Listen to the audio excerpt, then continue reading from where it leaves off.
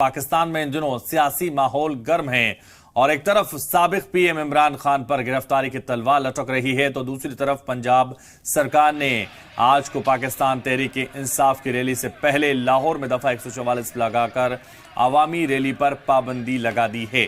साथ ही मुजाहरा कर रहे पीटीआई कारकुनान को पुलिस ने हिरासत में भी ले लिया। एक रिपोर्ट के मुताबिक वजारत दाखिला ने कहा कि ये देखा गया है कि जिला लाहौर के मुख्तलिफ मकामात पर रोजाना बड़ी तादाद में रैलियां और एहतजाजी मुजाहरा किया जाता है।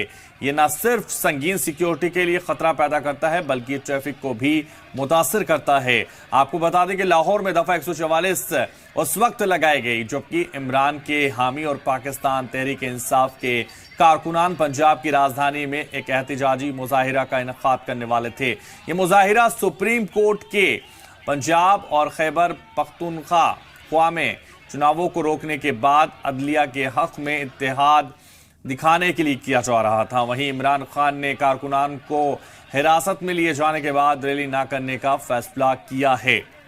तो पाकिस्तान में लगातार जहां रैली को लेकर 144 लागू कर दी गई है तो अब इसको लेकर जो तहरीक इंसाफ यानी पीटीआई के जो लोग हैं उनको पुलिस कब्जे में भी ले रही है। पाकिस्तान का सियासी माहौल इस वक्त गर्म है और गर्म इसलिए है क्योंकि लगातार जिस तरह से इमरान की गिरफ्तारी के बाद उनको राहत मिली, अब उस पर शाहबाज वर्सेस सीधे इमरान खान इस वक्त चल रही है और पाकिस्तान की जो सियासी हालात हैं वो पूरी तरह से इस वक्त गर्म हैं और एहतजाजी मुजाहिरा किया जा रहा है।